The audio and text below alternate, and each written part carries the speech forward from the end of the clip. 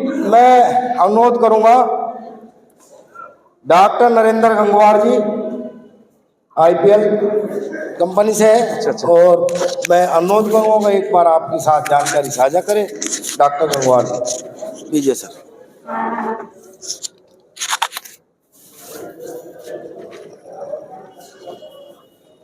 Thank you sir for the introduction. मंच पर विराजमान मेरे परम आदरणीय गुरुजी डॉक्टर रणवीर सिंह, जो कि एक्स प्रोफेसर रहे हैं पंतनगर यूनिवर्सिटी में, मेरे गुरुजी हैं। राठी साहब केन हैट खतौली शुगर मिल, डागर साहब बैठे हैं, नीरव जी हैं, और I am sorry I don't know the name. Thank you sir. मेरे प्रिय किसान भाइयों, आप सभी को मेरा सादर प्रणाम। सबसे पहले तो मैं राठी साहब का, डॉक्टर अशोक जी यहाँ पे नहीं है, मैं उनको धन्यवाद देना चाहूँगा कि उन्होंने इतनी बड़ी तादाद में इतनी बड़ी गोष्ठी का यहाँ पे आयोजन किया है। तो सबसे पहले तो उन्हें एक बार तालियां हो जाए भाई आपके लिए। मैं दो चीजों पे बात करना चाहूंगा। मैं आईपीएल बायोलॉजिकल लिमिटेड को यहाँ पे रिप्रेजेंट कर रहा हूँ। तो आईपीएल बायोलॉजिकल्स लिमिटेड के कौन कौन से प्रोडक्ट हैं, एक कंपनी कैसे काम करती है, और उनके जो प्रोडक्ट हैं वो गन्ने में किस प्रकार से आपकी सहायता कर सकते हैं, उसके ऊपर मैं बात करना चाहूंगा। तो ये जो कंपनी है आईपीएल बायोलॉजिकल्स लिमिटेड, ये पिछले 30 सालों से किसानों का सबसे विश्वसनीय साथी रही है और बायोलॉजिकल प्रोडक्ट्स, जो बायोलॉजिकल प्रोडक्ट्स हैं, जो माइक्रोबियल प्रोडक्ट्स हैं, ये जो प्रोडक्ट्स आप देख पा रहे हो यहाँ पे, और वहां पे स्टॉल में आपने देखे होंगे, यहाँ पे कॉर्नर पे लगे हुए हैं, वो सारे प्रोडक्ट्स आईपीएल बायोलॉजिकल्स लिमिटेड के हैं। और वो माइक्रोबियल प्रोडक्ट्स हैं। माइक्रोबियल प्रोडक्ट्स का मतलब है कि माइक्रोब्स उन प्रोडक्ट्स के अंदर हैं, और वो माइक्रोब आपकी जो खेती में लगने वाले जो रसायन हैं, या जो खाद है, या जो भी कीड़े मकोड़े हैं, उन सभी का कंट्रोल करने के लिए वो वहां पे सारे प्रोडक्ट वहां पे लगे हुए हैं। हमने करीब आईपीएल बायोलॉजिकल्स लिमिटेड के करीब 30 सालों में 50 से ज्यादा प्रोडक्ट डेवलप किए हुए हैं, 50 से ज्यादा प्रोडक्ट। तो ये जो 50 प्रोडक्ट हैं, ये सारी कैटेगरी को रिप्रेजेंट करते हैं। आपके fertiliser as a bio fertiliser, insecticide, fungicide, biostimulant, ये सभी कैटेगरी में हमारे प्रोडक्ट्स हैं यहाँ पे। और ये जो 50 प्रोडक्ट है, आपको पता होगा एक प्रोडक्ट पैदा करने के लिए कितना टाइम लगता है। आपको पता है कि एक वैरायटी है, तो वैरायटी को डेवलप करने में 7-8 साल लगते हैं। ऐसे ये एक प्रोडक्ट बनाने में 6 से 7 साल लग जाते हैं। उस सबके लिए हमारे यहाँ पे एक R&D सेंटर है गुड़गांव में। वहां पे करीब 50 से ज्यादा साइंटिस्ट वहां पे काम करते हैं, बहुत सारे PhDs हैं। और इतना बड़ा सेंटर शायद हिंदुस्तान में, सर मैं आपका ध्यान आकर्षित करना चाहूंगा, मंच पर जो विराजमान है और हमारे जो किसान साथी हैं, इतना बड़ा R&D सेंटर्स हिंदुस्तान में शायद किसी भी कंपनी के पास हो, और इतना बड़ा रेंज माइक्रोबियल प्रोडक्ट्स का शायद ही किसी कंपनी के पास हो। मैं इंटरनेशनल कंपनीज के साथ भी इंटरेक्शन करता रहता हूं, उनके साथ हमारे जो हमारे वहाँ पे कस्टमर्स हैं, उनके साथ में मेरा इंटरेक्शन रहता है। ज़्यादातर कंपनीज जो है ना, उनके पास में 5 या 6 या 7 प्रोडक्ट्स इस तरीके से प्रोडक्ट होते हैं। हमारे पास में मोर देन 50 प्रोडक्ट्स हैं, सारे कैटेगरी को रिप्रेजेंट करने वाले प्रोडक्ट्स हैं इस समय। और हमारी जो प्रोडक्शन फैसिलिटी है वो हरिद्वार में है। एक हमारी नई प्रोडक्शन फैसिलिटी अभी बड़ौदरा में आ रही है, जो कि फुल्ली ऑटोमेटिक है, फुल्ली ऑटोमेटिक फॉर माइक्रोबियल। ऐसा कभी सुनने में आता नहीं है। और वो इंटरनेशनल मार्केट को रिप्रेजेंट करेगी। वहां पे इंटरनेशनल मार्केट के लिए हमारे प्रोडक्ट जाएंगे।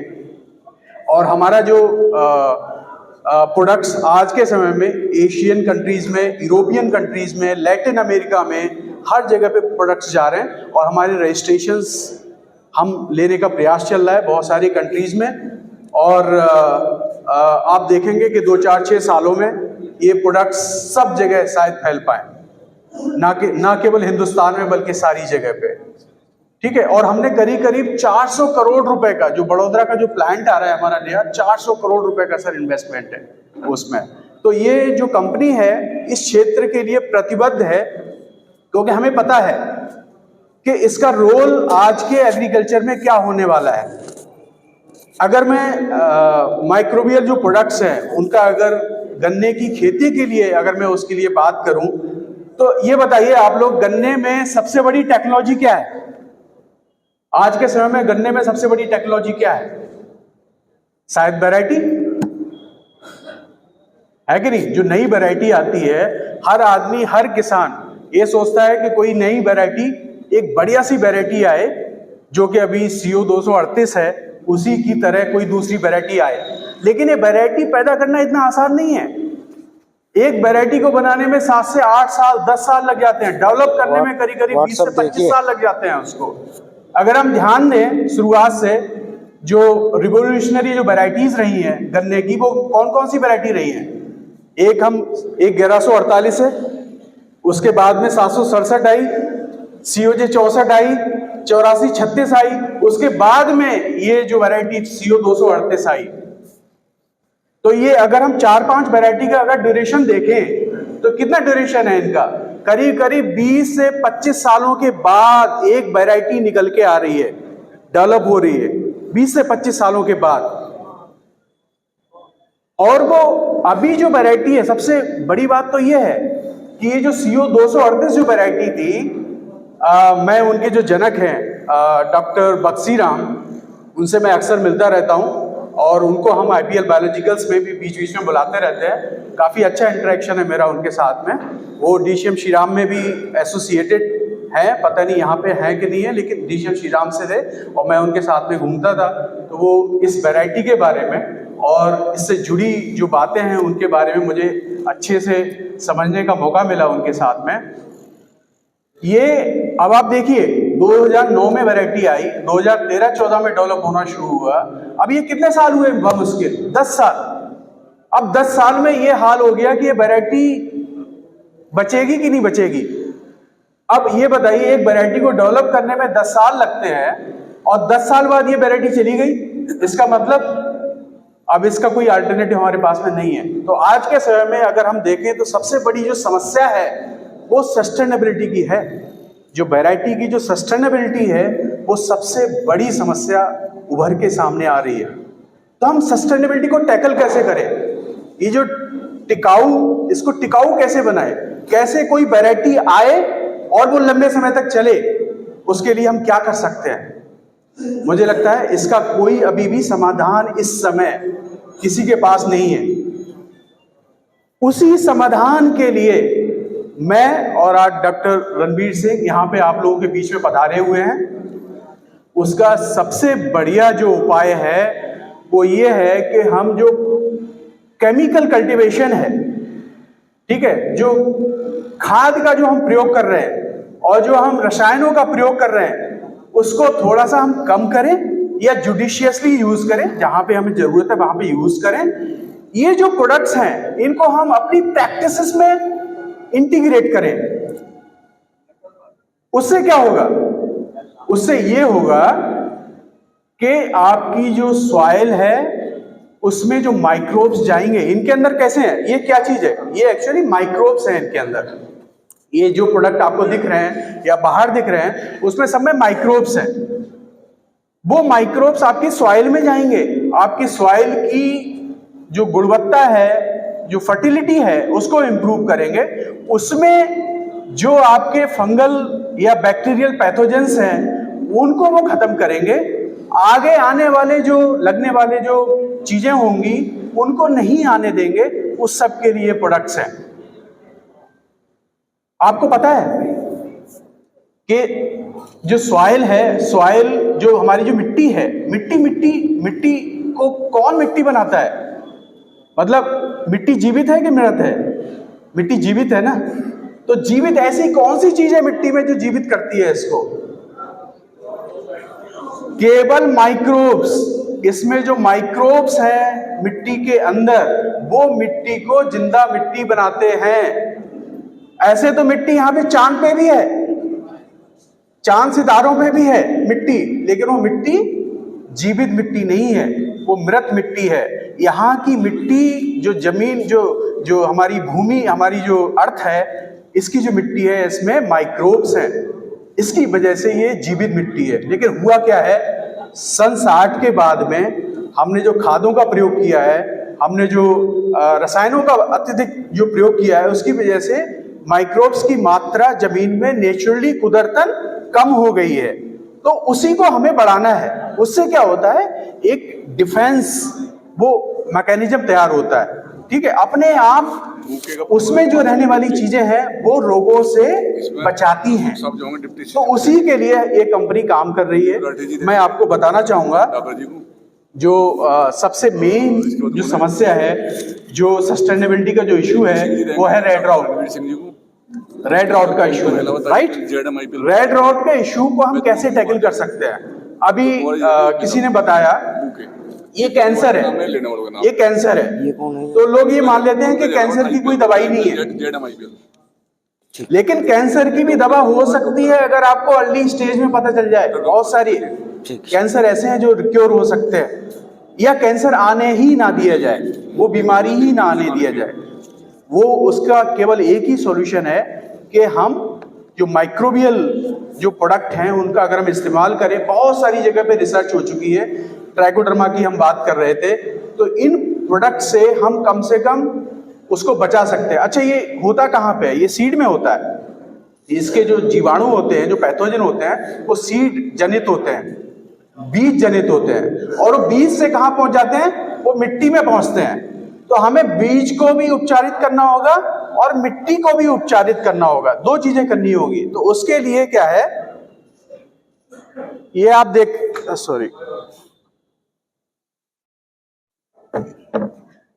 ये जो प्रोडक्ट है, ये बायोहार्च, ये यहाँ पे प्रमोट कर रहे हैं बायोहार्च। ये ट्राइकोडर्मा हार्जियनम, इसमें माइक्रोब है, ट्राइकोडर्मा हार्जियनम। इस प्रोडक्ट को आप क्या कर सकते हो, इस प्रोडक्ट को आप सीड ट्रीटमेंट भी कर सकते हो, और ट्रेंच में जब आप बुवाई करते हो ना, तो मिट्टी में इसको खाद में मिला के उसमें मिला लो आप। अगर आपके पास में FIM है, सड़ी हुई गोबर की खाद है, 1 लीटर को आप उसको गोबर की खाद में 400-500 किलो गोबर की खाद जितनी मिल जाए उसको मिला के अच्छे से, और उसमें ट्रेंच में आप उसको डाल दो, जहां पे बीज आपका पड़ता है वहां पे डाल दो आप इसको। और इसको आप सेट ट्रीटमेंट भी कर सकते हो अगर आपके पास में सुविधा है। तो आप सेट ट्रीटमेंट जैसे आप हेक्सा स्टॉप से करते हो ना, थायोफेनेट मिथाइल से करते हो, उसी तरीके से इससे भी कर सकते हो। तो इससे क्या होगा, आपके जो माइक्रोब्स होंगे वो पूरे सेट के साथ में रहेंगे और उसके साथ में मिट्टी में भी रहेंगे। ये क्या करेगा, ये करता क्या है, ये काम कैसे करता है? ये काम इस तरीके से करता है कि जो उसमें से जो जड़ निकलेगी, ठीक है, या उसमें से जो कल्ला निकलेगा ऊपर और नीचे जो जड़ निकलेंगी, तो जड़ों के आसपास ये फिल्म बना लेता है, लेयर बना लेता है, ठीक है। तो जो पैथोजन होते हैं उसके पास आ ही नहीं पाते, उसके पास में आने से रुकते हैं, वो रोक देता है। तो आपका जो गन्ना है वो सुरक्षित रहेगा, कल्ला सुरक्षित रहेगा उससे, ठीक है। और जो मिट्टी में आपने डाला हुआ है उसमें जो पैथोजेंस होंगे उनको खत्म करने का काम करेगा, ठीक है। लेकिन एक चीज आपको जरूर जानना जरूरी है, ये तो हो गया आपका सीड ट्रीटमेंट हो गया, सेट ट्रीटमेंट हो गया, लेकिन आप क्रॉप रोटेशन को भी ना भूलें, साथ में क्रॉप रोटेशन को भी ना भूलें। उससे क्या होगा, क्रॉप रोटेशन अगर आप करते जाएंगे तो आपका जो पैथोजन का जो लोड है वो लोड कम हो जाएगा, और फिर उसके साथ में आप ये बायोहार्ट वगैरह का जब इस्तेमाल करेंगे सॉइल में, सेट ट्रीटमेंट करेंगे, वो करेंगे, तो आपका लोड और कम हो जाएगा और गन्ना आपका सुरक्षित होने की संभावना बढ़ जाएगी, ठीक है। अभी क्या होता है, एक बार तो आपका ये हो गया शुरुआत में, फिर आपके अप्रैल और मई में क्या होता है, उसके सिम्टम्स आपको पत्ती पे दिखते हैं, पत्ती पे दिखते हैं। और उसके बाद में आपके गन्ने में आते हैं। तो आप क्या करो, एक बार अप्रैल मंथ में एक बार ड्रेंचिंग फिर कर दो, इसका ड्रेंचिंग कर दो, स्प्रे एंड ड्रेंचिंग कर दो इसका, ठीक है। और फिर जब आपके बाद में अगर आपको लगने की संभावना है मई जून जुलाई के आसपास में, अगर आपको लगता है कि गन्ना सूख रहा है, उस समय भी आप इसकी ड्रेंचिंग कर सकते हैं। तो इस प्रकार से आप रेड रॉट से बच सकते हैं। दूसरा एक प्रोडक्ट है, यह है काली चक्रा। यह है काली चक्रा, इसमें मेटारिजियम है, मेटारिजियम। ये मेटारिजियम क्या करता है, मेटारिजियम एनिसोप्ली, ये आपकी आजकल जितनी भी लाइट सॉइल्स हैं या ज्यादातर सॉइल्स में आपको सफेद गिडार, व्हाइट ग्रब या टर्माइट की समस्या हो सकती है। उसके लिए ये इवन केमिकल से भी बेटर काम करता है। अगर आपने सही डोज में इसको अप्लाई किया तो केमिकल से भी बेटर काम करेगा, ठीक है। तो इसकी जो मात्रा है, अगर हम पाउडर फॉर्म में है तो उसका 2 किलो प्रति एकड़ के हिसाब से है, और ये अगर लीटर है तो 1 लीटर पर एकड़ के हिसाब से गोबर की खाद में मिला के, और जैसे आप ये प्रोडक्ट आप डाल रहे हो ट्रेंच में, ऐसे ये भी डाल दो आप, ठीक है। तो इससे आपको टर्माइट और ग्रब से आपको छुट्टी मिलेगी। उसके बाद में जो अर्ली शूट बोरर आता है, early shoot borer ESB, early shoot borer जो आता है, उसको भी कंट्रोल करने में मदद मिलेगी। जब ESB आएगा तो आप इसको ऊपर से छिड़काव कर देना, 1 लीटर पर एकड़ के हिसाब से ऊपर से उसको छिड़काव कर देना, उसको कंट्रोल करने में इससे मदद मिलेगी। बाद में आपका टॉप बोरर आता है। टॉप बोरर जो आता है जून जुलाई, है ना, जुलाई अगस्त में जाके जो टॉप बोरर आता है, उसके लिए आप क्या कर लोगे, आपने पहले से इसका इस्तेमाल किया हुआ है, ठीक है, अप्रैल में। उस समय आप 1 अप्रैल मई में एक बार आप स्प्रे करेंगे, ड्रेंचिंग कर दो। फिर जब आएगा उस समय आप गोब में स्प्रे कर दो, उसकी जो गोब है ना, उसमें अच्छे तरीके से स्प्रे कर दो। एक और प्रोडक्ट आता है वैसे हमारा, एक दमन है जिसको बॉवेरिया बोलते हैं, बॉवेरिया बैशियाना। तो काली चक्रा प्लस दमन, ये 2 प्रोडक्ट ऐसे हैं, ये बहुत ही अच्छे तरीके से जो सूंडी वाले जो कीट हैं उनको कंट्रोल करने में मदद करता है। तीसरा जो वंडरफुल प्रोडक्ट है, जो केन के लिए जो सबसे बढ़िया प्रोडक्ट है, ये है केन मास्टर। इसका नाम ही केन मास्टर है, ये केन मास्टर। ये देखिए, ये केन मास्टर है और इसमें ग्लूकोनो एसिटोबैक्टर है। ये इसकी खासियत ये है, नाइट्रोजन फिक्सर है, और नाइट्रोजन जो फिक्स करता है ना, वो इसके स्टेम से, रूट से और लीफ से भी जब आप इसको डालते हैं तो ये फिक्स कर सकता है। ये बहुत ही स्पेसिफिक माइक्रोब है जो कि गन्ने के लिए हम इसको दे रहे हैं। और इसको हमें कितना डालना है, इसको आप बुवाई के टाइम में ही इसको 5 किलो पर एकड़ के हिसाब से आप इसको डालें। एक बार बुवाई के टाइम पे डालें, एक बार जब आपकी मई जून में जब लास्ट अर्थिंग अप होती है, लास्ट अर्थिंग अप, उस समय डालें। उससे क्या होगा, जो शुरुआत में आप डालेंगे उससे आपका जर्मिनेशन परसेंटेज, एक स्टडी हुई है, हमने Indian institute of sugarcane research जो लखनऊ में है, उनके साथ में हमने सर एक स्टडी करी केन मास्टर की।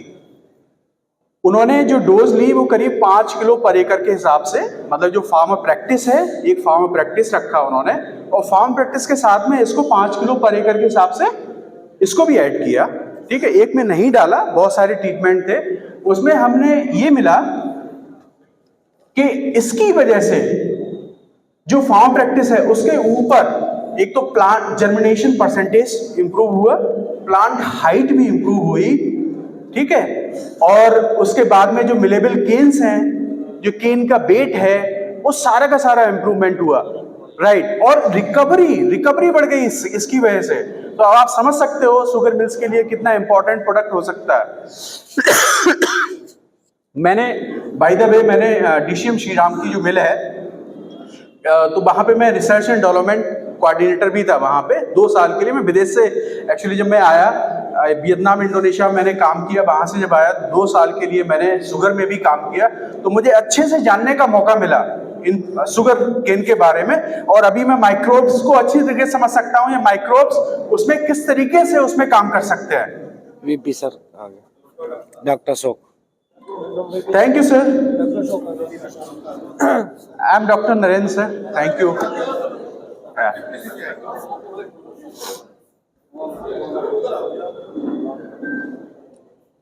तो ये जो केन मास्टर है सर, ये एक केन मास्टर के बारे में बता रहा था। This is specific to the cane, known as cane master. So ये जो IASR के साथ में हमने जो स्टडी करी, उसमें 5 किलो पर एकड़ के हिसाब से डालने के बाद उसमें जर्मिनेशन परसेंटेज इंप्रूव हुआ, केन हाइट इंप्रूव हुई, नंबर ऑफ टिलर्स इंप्रूव हुए, मिलेबल केन्स इंप्रूव हुए, उसके बाद में sugar recovery, even the sugar recovery improve sir. तो शुगर रिकवरी आप, मैंने डीसीएम श्रीराम में सर 2 साल मुझे काम करने का मौका मिला, मैं R&D देखता था वहां पे। मुझे पता चला, आपको तो पता ही है सर, 0.1% अगर रिकवरी बढ़ जाती है तो मिल्स के लिए कितना फायदा हो सकता है। बी कैलकुलेटेड उस समय कि 25 करोड़ का फायदा होता था उसमें डीसीएम श्रीराम में, अगर हम 0.1% अगर रिकवरी बढ़ा दें। अब आप समझ सकते हैं इसकी वजह से करीब 0.5% की रिकवरी का रिजल्ट्स हमें IASR की स्टडी में हमें देखने को मिला। ये बहुत बड़ी बात हो सकती है। तो इसमें दोनों के लिए फायदा है। एक किसान के लिए तो उपज बढ़ रही है, मिल्स के लिए क्या हो रहा है, मिल्स के लिए उसकी रिकवरी बढ़ रही है। तो दोनों के लिए बिन बिन ये फार्मूला है। इसके साथ में हमारे और भी बहुत सारे प्रोडक्ट्स हैं जो इनको कॉम्प्लीमेंट करते हैं। ठीक है, अब जैसे अभी नई बीमारियां शुरू हो गई हैं, नए कीड़े आने शुरू हो गए हैं। तो नए कीड़ों में आपके स्केल इंसेक्ट्स आ रहे हैं, व्हाइट फ्लाई आ रही है। I was surprise to know कि इतना ये सब भी हो रहा है। तो हमें आज करने की जरूरत क्या है? ये चीजें इसलिए हो रही हैं क्योंकि हम खाद का और रसायनों का लगातार प्रयोग कर रहे हैं और ये प्रयोग बढ़ता जा रहा है। तो होता क्या है नेचर में एक्चुअली जब हम मेन पेस्ट को कंट्रोल करने से रोकते हैं तो ये जो साइड के जो पेस्ट होते हैं ना, बहुत सारे सेकेंडरी पेस्ट होते हैं, वो बढ़ने लगते हैं, वहां पे उनकी संख्या बढ़ने लगती है, रिसर्जेंस होने लगता है, रेजिस्टेंस डेवलप होने लगती है। तो उस सब के लिए सबसे बढ़िया तरीका ये है कि हम या तो इंटीग्रेटेड वे में जाएं और जो भी चीज अगर हम कंट्रोल कर सकते हैं माइक्रोबियल प्रोडक्ट्स के इस्तेमाल से, वो हमें करना चाहिए। आपको जान के बड़ी खुशी होगी कि अभी हम बहुत सारे हमारे ट्रायल्स चल रहे हैं। उन ट्रायल्स में हमने वीट में, टोमेटो में, लहसुन में, ठीक है, पोटैटो में, सर बिना स्प्रे किए ही काम चल गया हमारा। लास्ट तक बिना स्प्रे के ही काम चल गया। जहां पे हाँ ठीक है, जहां पे हमें लगता है कि हाँ यहाँ पे कंट्रोल नहीं हो पा रहा है, सडन अटैक है, देन हम उसको जो है इस्तेमाल करें। कौन रोक रहा है उसको करने से? तो आप वहां पे इस्तेमाल करिए जहां पे आपको लग रहा है यार ये तो अब कंट्रोल, एकदम से वेदर चेंज हुआ और बीमारी आ गई, तो उस कंडीशन में आप केमिकल के साथ जाओ। अदरवाइज आप शुरुआत से ही सीड ट्रीटमेंट, सैट ट्रीटमेंट, उसके बाद में आप अगर जाओगे ना तो प्लांट की इम्यूनिटी आपकी बढ़ जाएगी। उसको रेजिस्ट करने की प्लांट की इम्यूनिटी बढ़ जाएगी, प्लांट की अंदर से ताकत बढ़ जाएगी उस पेस्ट के अगेंस्ट में, उस डिजीज के अगेंस्ट में। ठीक है, तो बीमारी कम आएगी, आपको कम स्प्रे करना पड़ेगा। तो उससे क्या फायदा होगा? आपका कॉस्ट भी कम होगा और प्रोडक्ट के अंदर जो आप गन्ना जो बना रहे हो, हमें पता नहीं चलता है, हमने एनालिसिस नहीं की हुई है, उसके अंदर भी केमिकल्स कहीं ना कहीं जा रहे होंगे। वो केमिकल्स कहीं ना कहीं ह्यूमन चैन में जाते हैं, बाद में हमारे हेल्थ को हमको डिस्टर्ब करते हैं। ठीक है, तो जितना केमिकल कम हो सके, जितने माइक्रोबियल प्रोडक्ट्स का हम इस्तेमाल कर सके। और आजकल तो क्या हो रहा है मैं बताऊं, क्योंकि मेरा इंटरेक्शन होता रहता है इंटरनेशनल कस्टमर्स के साथ में, यूरोप में, इवन सर इन ब्राजील, एक क्रॉप में करीब जो 20% माइक्रोबियल प्रोडक्ट्स यूज होते हैं। 20% के आसपास। अब हमारे यहाँ पे कितना होता है? हमारे यहाँ मुश्किल से 1-8% लोग इस्तेमाल करते हैं उसको। केमिकल से ही काम चल रहा है, लेकिन केमिकल सॉल्यूशन नहीं है। जहां पे जरूरत है वहां पे आप केमिकल का इस्तेमाल करिए, जहां जरूरत नहीं है माइक्रोबियल प्रोडक्ट्स का इस्तेमाल करिए। इससे आपकी उपज बढ़ेगी, डेफिनेटली बढ़ेगी, आपकी उपज बढ़ेगी, आपकी आय बढ़ेगी और अल्टीमेटली बिजनेस को भी फायदा होगा और रिकवरी बढ़ेगी, सभी का फायदा होगा। तो मैं इन शब्दों के साथ में विराम लेता हूँ। Thank you so much sir, मुझे टाइम देने के लिए बहुत बहुत शुक्रिया। Thank you so much sir.